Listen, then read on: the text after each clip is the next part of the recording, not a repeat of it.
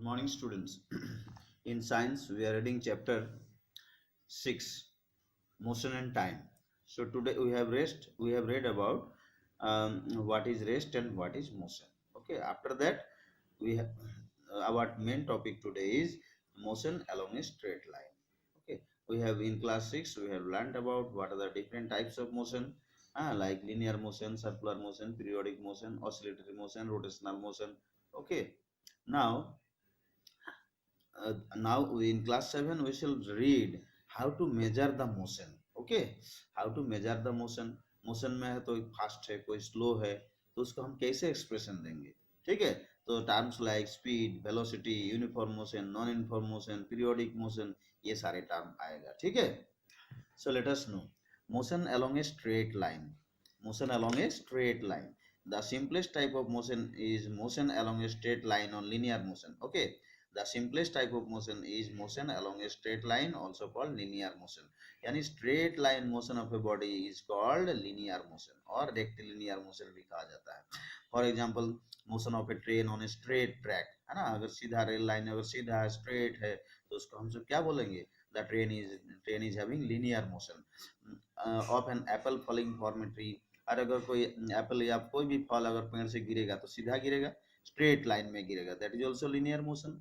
Of hail storm falling from the ground, falling to the ground. और hail storm मतलब जो ओला गिरता है, आइस गिरता है आसमान से, वो भी सीधा गिरता है, रेक्टिलिनियर मोशन में गिरता है. और the straight march past of soldiers in A parade, parade में जो मार्च सोल्जर से मार्च पास करता है, लेफ्ट राइट करके जाता है, सीधा जाता है, स्ट्रेट जाता है नहीं. यानी the soldiers move in rectilinear path. All can all be thought of examples of motion in a straight line. So ये सारे straight line का हम सब example मान सकते हैं. We realize that in all these cases the objects concerned are moving along a nearly straight path. We call all such motion as rectilinear or simply linear motion. So the straight line motion of a body, and a straight line motion of a body is called rectilinear motion or simply linear motion. Now let us come to describing straight line motion. You just see the picture. The car at 0 time, the car is at this position. After 10 minutes, the car has come up to 60 meter. Okay, A position. After 20 minutes, the car has traveled only up, car has reached up to 80 meter. Okay, तो देखो 10 minute, यहाँ 0 to 10 minute यानी 10 minute में कितना दूरी तय किया है? 60 मीटर. और इस सेकेंड 10 मिनट में 10 मिनट्स टू 20 मिनट यानी टाइम इंटरवल हो जाएगा 10 मिनट. इस 10 मिनट में वो कितना दूर गया है? 60 मीटर टू 80 मीटर तक गया है, यानी सिर्फ 20 मीटर गया है, 20 मीटर है ना. Distance travelled by the car is only 20 metre in 10 minutes. Let us see in the third stage when it is moving coming from when it has moved from B to C position, then it has come to 120 यानी 80 plus 20 100 plus 40 meter. Okay, so in time 30 second, तो 30 मतलब 10 minute में 20 minute to 30 minute, यानी this is first time interval of 10 minutes, this is second time interval, and this is third time interval.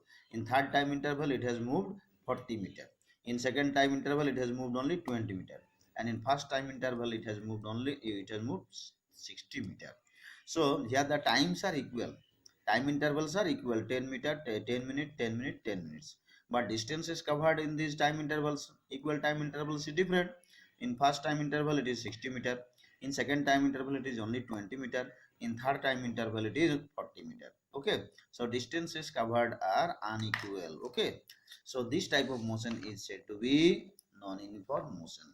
The body is not moving and equal distances, equal interval of time. This type of motion is called non-uniform motion. So we can therefore say that the car speeded up in the first interval from 0 to 10.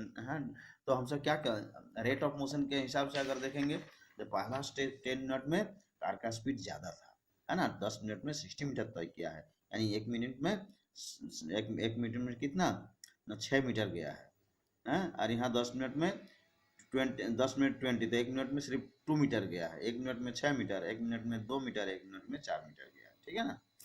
तो इस तरह से पहला phase में speed ज़्यादा था, second phase में speed कम हो गया, थर्ड फेज में स्पीड थोड़ा बढ़ा.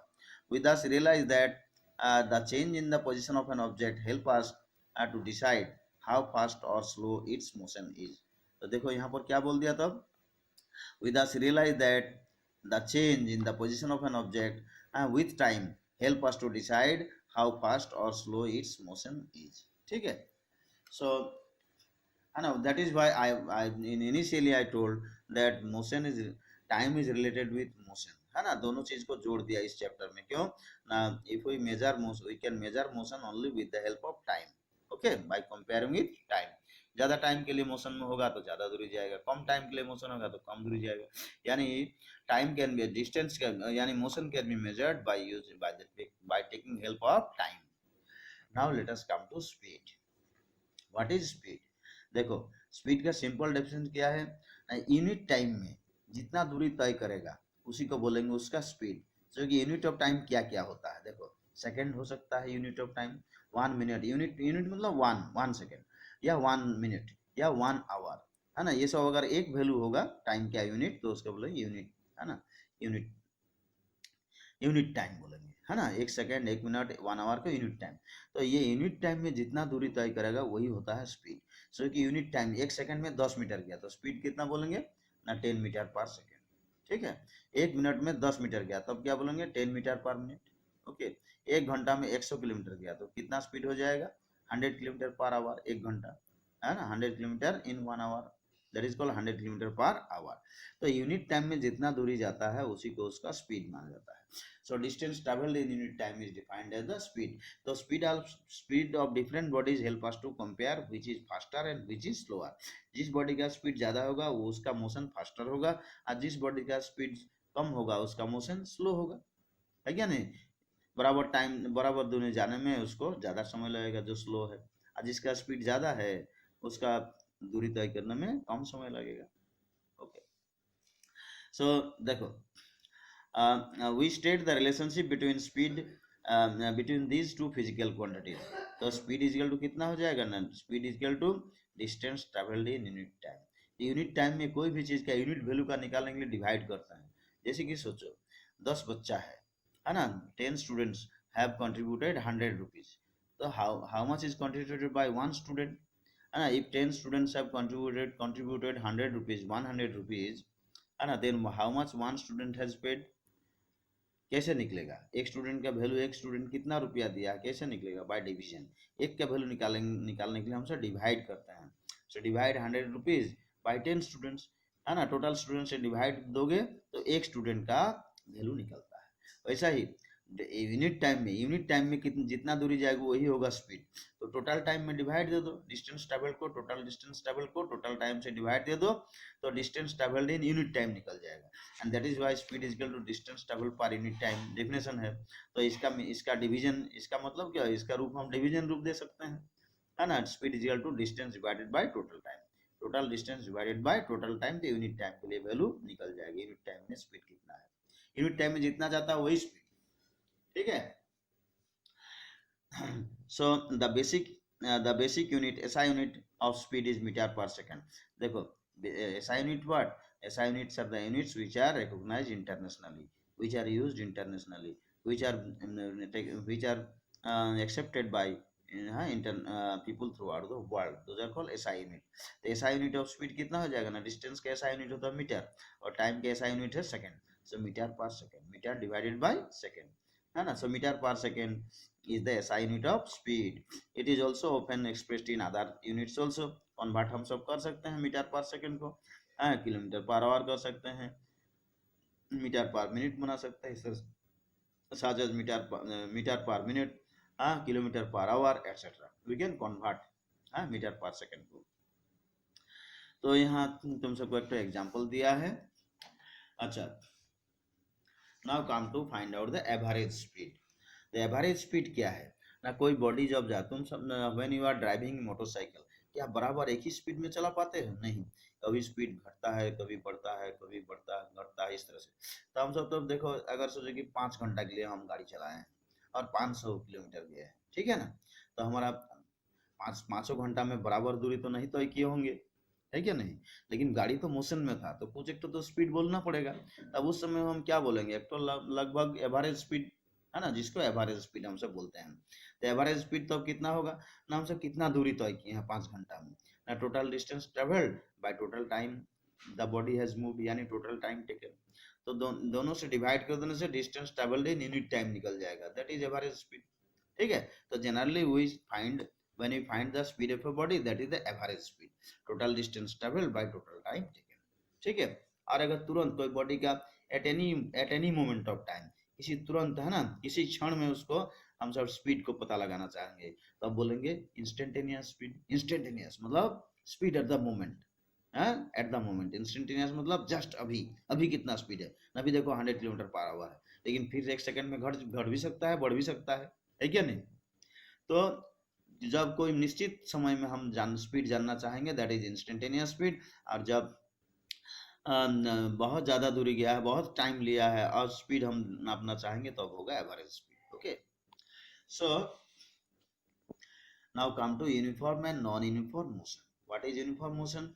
देखो, कोई बॉडी अगर बराबर समय में बराबर दूरी जाएगा, ठीक है, if a body moves equal distances in equal interval of time, क्योंकि एक घंटा में 100 किलोमीटर गया, दूसरा घंटा में भी और 100 किलोमीटर गया, तीसरा घंटा में भी और 100 किलोमीटर गया, चौथा घंटा में भी और 100 किलोमीटर तय करेगा, तो बराबर हर एक घंटा में वो 100 किलोमीटर जा रहा है। हाँ, एक घंटा में 100, तो 2 घंटा में तो टोटल डिस्टेंस कितना हो जाएगा 200, तीसरा घंटा के बाद 300 किलोमीटर दूरी चला जाएगा, 4 घंटा के बाद 400 किलोमीटर। तो यहाँ पर है ना, the body is moving equal distance in equal intervals of time. ठीक है, so such type of motion is called uniform motion. Uniform motion का डेफिनेशन थोड़ा अलग है। एक बॉडी यूनिफॉर्म मोशन में कब होगा ना, जब एकदम सीधा स्ट्रेट रोड में मूव करेगा, है ना। दो कंडीशन है यूनिफॉर्म मोशन का, a body is said to be in uniform motion if it satisfies this two condition. One condition क्या है ना, it must move in straight road, उसका टेढ़ा मेढ़ा नहीं होना चाहिए, डेफिनेट डायरेक्शन होगा। और क्या हो जाएगा, the body must move equal, body must cover equal distances in equal intervals of time, यानी अगर बराबर समय में बराबर दूरी जा रहा है तो उसका स्पीड हो जाएगा कांस्टेंट। ठीक है, जो कि 10 मीटर पर सेकेंड, फिर 10 मीटर पर सेकेंड, फिर 10 पर, है ना, उसका स्पीड जब भी मेजर कर देखोगे एक ही स्पीड आ रहा है, यानी बोलेंगे कांस्टेंट स्पीड। अगर बराबर दूरी जा रहा है बराबर समय में तो स्पीड सेम हो जाता है। ठीक है ना, तो कि पहला 10 मिनट में 100 मीटर गया, पहला 10 सेकंड में 100 मीटर, तो स्पीड कितना हो जाएगा 100 मीटर डिवाइडेड बाई 10, यानी 10 मीटर पर सेकेंड। दूसरा 10 सेकंड में भी 100 मीटर गया, तो स्पीड तो वही 10 मीटर पर सेकंड ही रह जाएगा। तो ये क्यों हो रहा है कांस्टेंट ना, वो बराबर समय में बराबर दूरी जा रहा है तो स्पीड कांस्टेंट हो जा रहा है। तो बॉडी यूनिफॉर्म मोशन में, यूनिफॉर्म मोशन किसको बोलेंगे, अगर कोई बॉडी स्ट्रेट लाइन में जा रहा है, if the body is moving in straight road और straight line and it has got constant velocity. Okay, यानी कांस्टेंट वेलोसिटी कब होगा ना, when the body is covering equal distance in equal interval of time. Okay, so that is called uniform motion। come to uniform motion and non uniform motion। consider a car moving along a straight narrow road। Narrow road मतलब बड़ा पतला सा road है जो कि एक ही direction में जाएगा, उसका डायरेक्शन चेंज नहीं होगा। Let it travel fast 30 kilometre in fast fast hour, तो स्ट्रेट नैरो रोड में पहला घंटा में 30 किलोमीटर गया, next 30 kilometre in the second hour, फिर सेकंड दूसरा घंटा में भी 30 kilometre, and another next 30 kilometre in third hour, तीसरा घंटा में भी 30 किलोमीटर गया। In this case, the car is covering equal distances in equal intervals of time of 1 hour each। हर घंटा में 30 किलोमीटर जा रहा है। ठीक है ना, यानी बराबर समय बराबर दूरी जा रहा है, यानी the body is in for motion. Its speed therefore remains constant. तो बराबर दूरी जाएगा बराबर समय में तो स्पीड तो सेम हो जाएगा, है ना, सेम स्पीड रहेगा तब ना बराबर समय में बराबर दूरी जाएगा। दो गाड़ी जा रहा है, दोनों का स्पीड अगर 50 किलोमीटर पर आवर है, तो स्पीड सेम होगा तो 50 किलोमीटर जाएगा, therefore remains constant over this 1 hour time interval। We can therefore call the motion of this car as uniform motion। Okay, over this 1 hour time interval। To be more precise, however we say, लेकिन exact definition of uniform motion का क्या होता है ना, वो दो conditions fulfill करना चाहिए, it must move in a straight line and it must have constant speed। Okay, an object is said to be in uniform motion when it moves along a straight path and covers equal distances in equal intervals of time, however small these intervals of time may be। ठीक है, ये time interval जितना भी कम क्यों ना हो, बराबर समय में बराबर दूरी अगर जा रहा है तो उसका स्पीड कांस्टेंट है। है ना, उसका स्पीड क्या हो जाएगा, कांस्टेंट। तो अगर कोई बॉडी स्ट्रेट लाइन में जा रहा है विथ कांस्टेंट स्पीड, तो ऐसा बॉडी का मोशन को बोलेंगे यूनिफॉर्म मोशन, है ना। If a body moves in, तो इसलिए डेफिनेशन में बदल दिया है।